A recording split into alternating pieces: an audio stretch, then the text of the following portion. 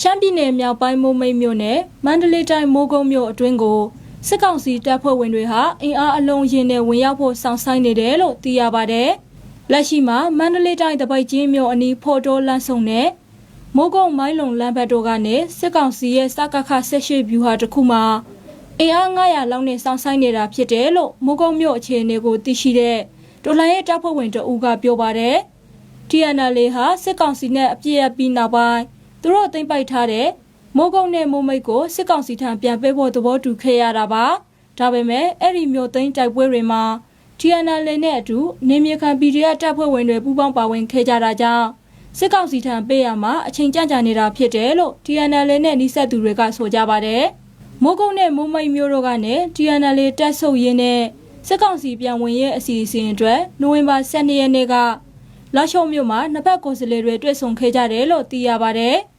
စစ်ကောင်စီနဲ့ဆွေးနွေးပွဲမှာမိုးကုတ်နဲ့မိုးမိတ်မြို့သိမ်းတိုက်ပွဲမှာပါဝင်ခဲ့တဲ့ PDF တွေတော့မပါဝင်ခဲ့ပါဘူး။ဒါကြောင့် TNL အနေနဲ့ PDF တွေကိုနှီးမျိုးစုံနဲ့ရှင်းပြပြီးနောက်ပိုင်းလက်ရှိမှာ PDF တွေလည်းဆုတ်ခွာနေကြတယ်လို့သိရပါတယ်။အဲဒီနောက်လာမယ့်နိုဝင်ဘာ28ရက်ကစတင်ပြီးစစ်ကောင်စီပြန်ဝင်ဖို့စီစဉ်ထားတာဖြစ်တယ်လို့နှိစက်သူတွေကပြောဆိုကြပါတယ်။တေချာတာကတော့ပေါ့နော်ကျွန်တော်တို့ဒီ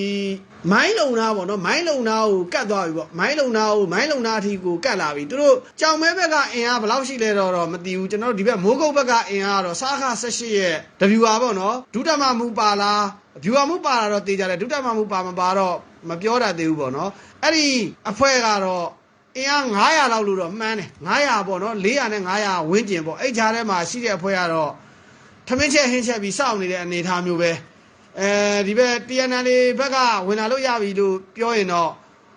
ဝင်သွားမယ်အနေအထားမျိုးတော့ရှိတယ်အစောဆုံးရက်ကတော့ကျွန်တော်တို့28လို့တော့ထင်ပါတယ်စစ်ကောင်စီတပ်တွေကောင်းမွန်စွာပြန်လည်ဝင်ရောက်နိုင်ရဲ့အတွက် TNL တပ်တွေကမိုင်းလုံနဲ့မိုးမိတ်မြို့အနီးမှာအင်အားဖြည့်တင်းထားပြီးမိုးမိတ်နဲ့မိုးကုတ်မြို့တို့က TNL ခံထားတဲ့အုပ်ချုပ်ရေးအဖွဲ့ဝင်တွေရစ်တပ်သားတွေဆုတ်ခွာသွားပြီဖြစ်တယ်လို့မြို့ခံတွေစီကသိရပါတယ်မိုးကုတ်မြို့ကိုစစ်ကောင်စီလက်ထဲပြန်အပ်မဲ့အစီအစဉ်ကြောင့်ပြီးခဲ့တဲ့နိုဝင်ဘာ6ရက်ကမိုးကုတ်မြို့ခံတွေဟာစစ်ကောင်စီလက်မခံရေးတံပုံးတီးဆန္ဒပြခဲ့ကြပါတယ်။ဒါအပြင်တချို့ဒေသခံတွေကလည်းစစ်ကောင်စီလက်ထဲဖမ်းဆီးနှိပ်စက်ခံရမှာကိုစိုးရိမ်နေတယ်လို့ပြောဆိုကြပါတယ်။တရုတ်ပြည်အားကြောင့်တောင်းတ TNL ဟာစစ်ကောင်စီထံနောင်ချိုကြောင်မဲတီပုံးမျိုးတို့ကိုလက်လွတ်ခဲ့ရပြီးတော့မိုးကုတ်နဲ့မိုးမိတ်မျိုးတို့ကိုလည်းစစ်ကောင်စီထံပေးအပ်မယ်လို့သဘောတူခဲ့ရတာကြောင့်မြန်မာနိုင်ငံအရေးအပေါ်တရုတ်ရဲ့ကြားဝင်မှုကိုတော်လှန်ရေးအင်အားစုတွေကဝေဖန်ရှုတ်ချနေကြပါတယ်